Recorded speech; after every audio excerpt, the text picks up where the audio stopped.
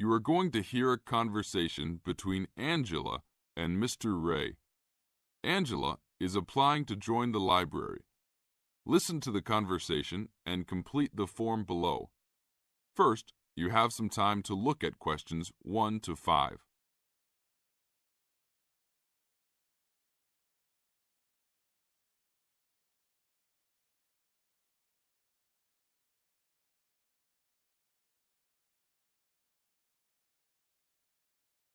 Now we shall begin.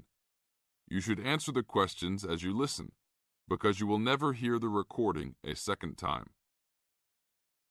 Hello, how can I join the library? Well, you need to make an application. Would you like to do it now? Yes, if I can. One moment and I'll get the form.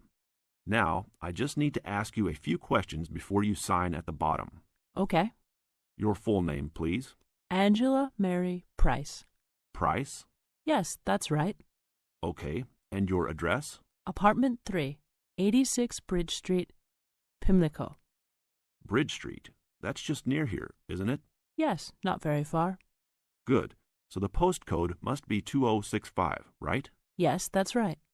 Now, your telephone number. I need both home and work if you have them. My home number is 8763-5142, and work is 8456-1307.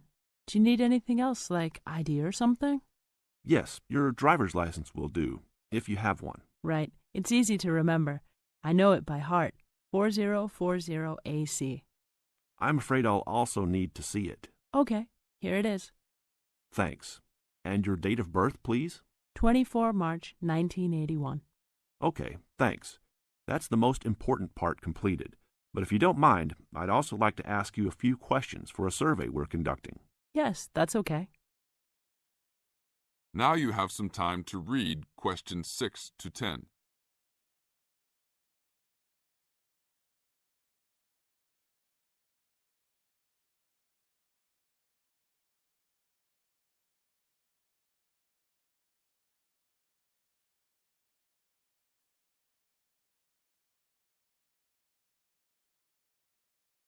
As the conversation continues, answer questions 6 to 10. What kind of books do you like to read? Here's a list to look at. Oh, it varies from time to time, but I always like to relax and learn about other countries I might visit one day. I don't like anything too heavy or serious, unless it's about animals or the environment. I'm not really into sport very much. Anything else? Well, I do like entertaining at home. You know, dinner parties. So I suppose you'll have something for me in that line. The pictures in those books always make me hungry, although they never seem to turn out exactly as they look in the books. Fine. I think that's all I need now, except I need you to sign here on the application form. Oh, and I almost forgot. The membership fee is $20, which is refundable if you no longer stay a member. There you are. Do I sign at the bottom here? Yes, that's right. You can borrow books now if you wish, although your membership card won't be ready until next week. So if you want to borrow today, you can pick up your card when you return your first books. That's if you want to take some now. I think I will, but I'll have a look around first. Okay, take your time. That is the end of part 1. You now have half a minute to check your answers.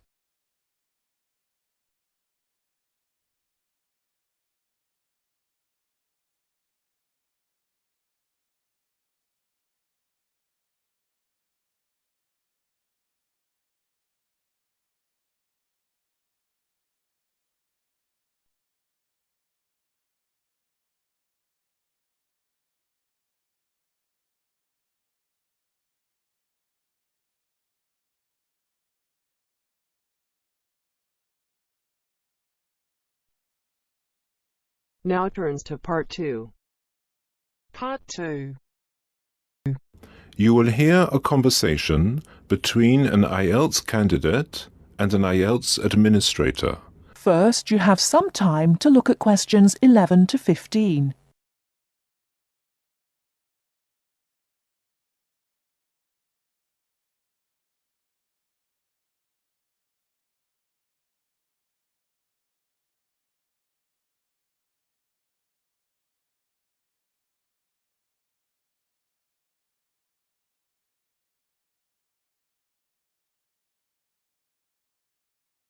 Now, listen carefully and answer questions 11 to 15. Good afternoon. I'm applying for a master's program at the University of Exeter in the UK. I'm planning to register for the IELTS exam at your centre next month.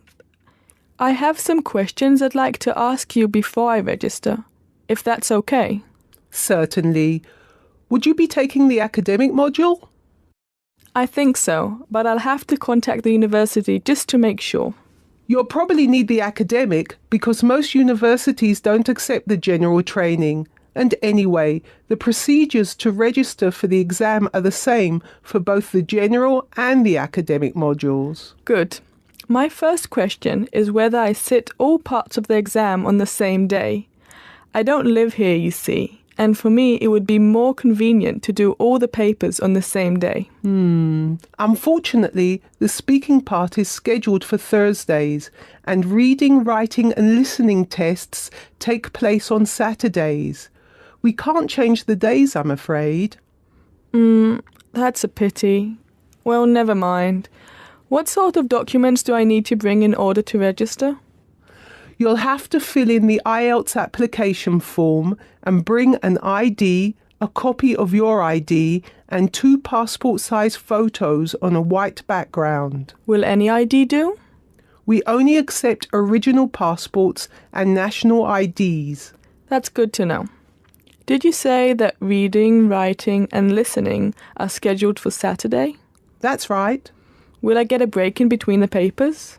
I'm afraid there aren't any breaks between the papers. Each paper takes an hour to complete, so it's 3 hours straight through. You'll first do listening and then reading, followed by the writing test. This is a standard requirement from Cambridge. Before you hear the rest of the talk, you have some time to look at questions 16 to 20.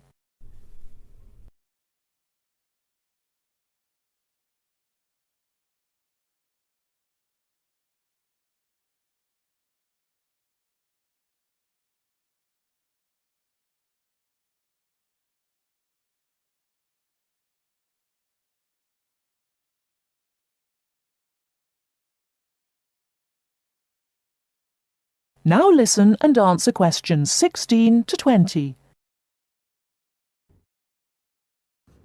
Okay, and how soon after the test can I pick up my results? It takes 13 calendar days for the results to be processed. Can you let me know how much it is and the form of payment? The examination fee is $200. You can pay by credit or debit card. We also accept checks. We only accept cash as a form of payment in exceptional circumstances. And one last question. Can I mail you the application documents? Certainly. You can send all the documents by registered mail to our address, 47 Clover Place, New Rochelle, New York. Could you spell New Rochelle for me, please? Certainly. Newrochle.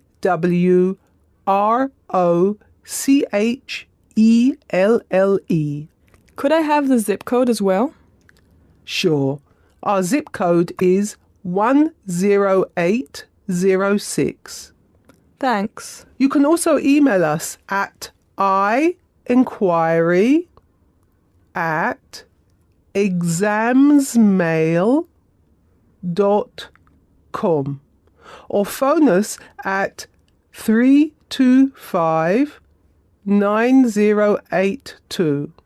I think that's all. Thank you very much for all the information. Bye. You're welcome. Goodbye. That is the end of part 2. You now have half a minute to check your answers.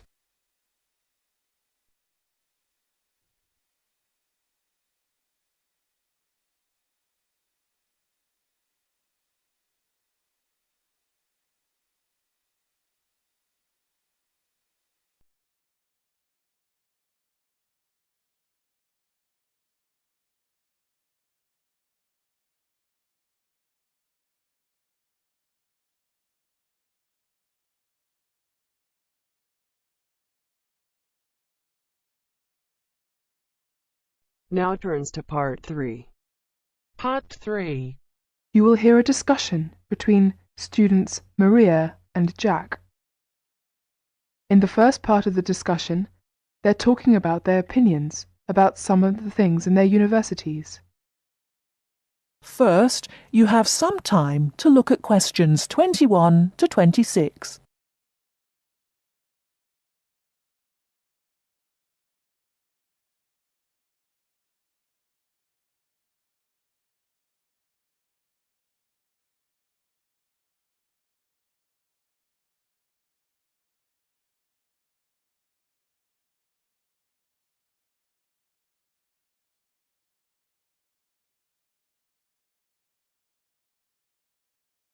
Now listen carefully and answer questions 21 to 26.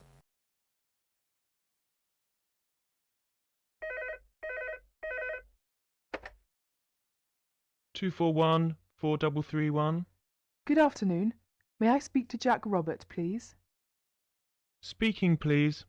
Hi, Jack. This is Maria. Hello, Maria. How are you getting on there? Fine. I arrived in Nottingham yesterday. I've just settled down, and I live on the campus of Nottingham University. Oh, that's good. Do you like the campus?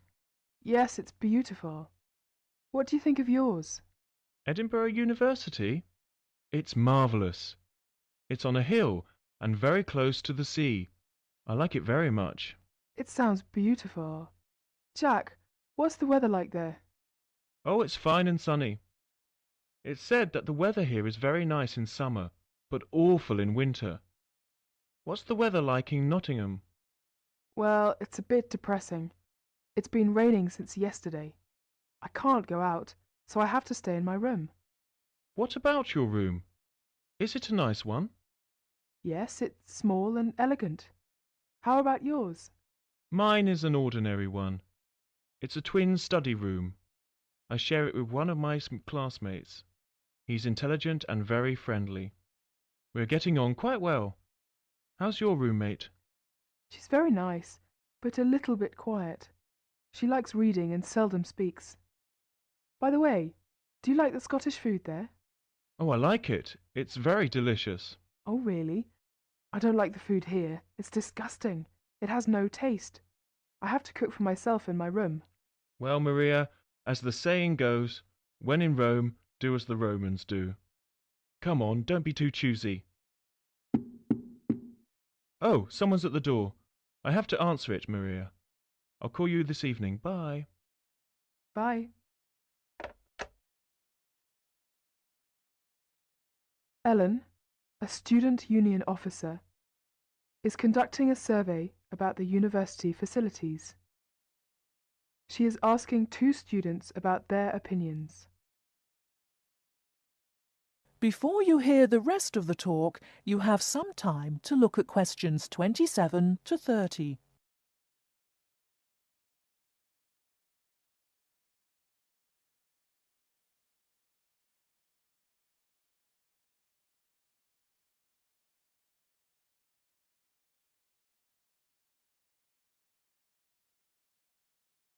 Now listen and answer questions 27 to 30.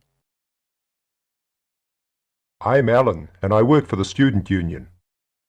Now, I'd like to hear your opinions about a few things in the university. We've asked for some volunteers to help us conduct this survey into how satisfied students are with the university facilities. First of all, let's take the lecture rooms. We could score them, for instance, 1 is excellent, 2 satisfactory, 3 rather poor, and 4 really bad. Robert, you first, please. What do you think about the lecture rooms here? Not so good, I'm afraid. I would score 3. They're too small for one thing. Sometimes we can hardly find a seat. Yes, but that doesn't happen very often. Personally, I think they're all right. They're comfortable, and the acoustics are quite reasonable. It doesn't matter where you sit, you can always hear the lecture. I would give 2 for them. How do you feel about the car parking facilities? Are they adequate? You must be joking. I can never find a car parking space when I need one, and when I finally do, it's a very long walk to the university's teaching building. I'd give it a 4. I'm afraid I also agree. We need more car parks urgently. This is perhaps one of the major shortcomings of this campus. It gets a 4 from me as well. I come to the university 20 minutes early just so I can drive around looking for a parking space. What about the computer center then? I think it's first class. The software base contains a large selection of learning programs, language games, and word processing facilities. I would give a score of 1. I quite agree with you. It's very modern and also under the supervision of qualified staff who can offer help to us while we work, should we need them. Oh, good. Well, what do you think of the library facilities? Let's say the periodical room first. Well, I've scored that 3. I'm sorry to have to say, but, I think the room has poor lighting, and I'm disappointed about that. I've given it a score of 1. As far as I'm concerned, it's excellent and well stocked. Thank you, Robert and Mary. Now, let's turn to the photocopying facilities. I would give it a score of 2. Personally, I think it's all right and it's very helpful. Huh? I would score 3. I think it's too expensive for photocopying, and there are not enough machines. Sometimes we have to stand in a line. Okay. Now, let's talk about the... That is the end of part 3. You now have half a minute to check your answers.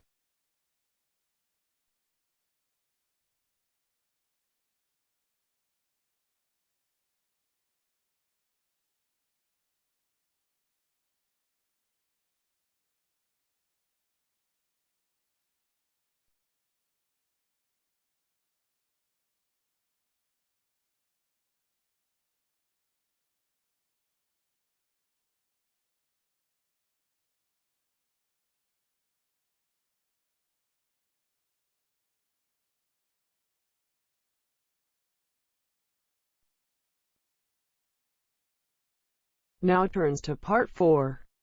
Part 4. I've asked you here just to remind you about this Friday's field trip. First, you have some time to look at questions 31 to 40.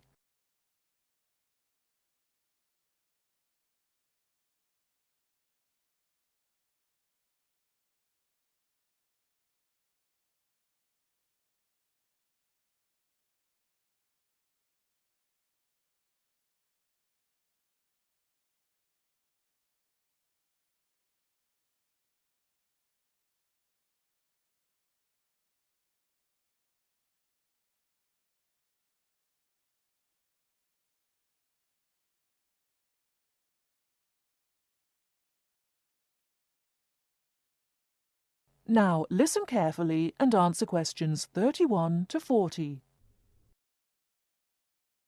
OK, I'd like to keep this meeting as brief as possible, as I'm sure we all have things to do. I've asked you here just to remind you about this Friday's field trip. This is the first of many field trips you'll be going on, so there are a few rules I'd like to make clear now. Most importantly, I want you all to remember that simply because you are leaving the college does not mean that you are not studying. This is an essential part of your course and should be treated as such. There will be 2 assignments for you to complete whilst you are there, and some extension work you will be expected to do over the weekend, so I suggest you all pay attention on the day. Moving on, remember that we are going to a salt marsh and must dress appropriately. High-heeled shoes and t-shirts are not what I consider appropriate. You need good footwear, preferably boots, and you should bring a waterproof jacket as the weather is unpredictable. It would also be a good idea to bring a change of clothes. There is a chance you will get wet, and a 3-hour return journey in damp clothes is nobody's idea of fun. We will be on the marsh from about 10 o'clock to about 4, so you will be given a light lunch. However, if you want to bring any snacks with you, then please feel free to do so, although we will be stopping for dinner on the way home. Now, this is the 4th time the college has been to Park Drive Saltmarsh, and so far we have never lost a student. However, remember that there are 28 people going, and if you are late, you will be keeping myself and your colleagues waiting, and at that time in the morning you will not find me very forgiving. Please try to arrive a few minutes before 7. If you're not here on the hour, you risk being left behind. For those of you who are being collected in the evening, you can expect to be back here between 8:30 and 9 p.m. But do warn whoever may be coming for you that the traffic is unpredictable and it may well be later. Before you go, I'll hand out your assignment papers and briefly explain what you have to do. Now, on the first page, all you are required to do is identify the flora and fauna on the page and find an example in the salt marsh. As I told you on Monday, you will need a camera for this. I recommend one of those disposable cameras rather than something more valuable, as the marsh can get very dirty. Now on page 2, you will be looking more at the bird life on the marsh. You should be able to see what you have to do for this assignment, but there will be plenty of time on the way there to ask any other questions. Well, we'll stop there and I'll see you all on Friday morning. Oh, before you go, just a word of caution. The plants are there to be seen and photographed only. Remember that this is a protected site and we will have to get permission for this trip. If there are any problems, we may not be allowed to go again, and you will be spoiling the opportunity for other students. Okay, if you have any questions, come and see me later today or tomorrow.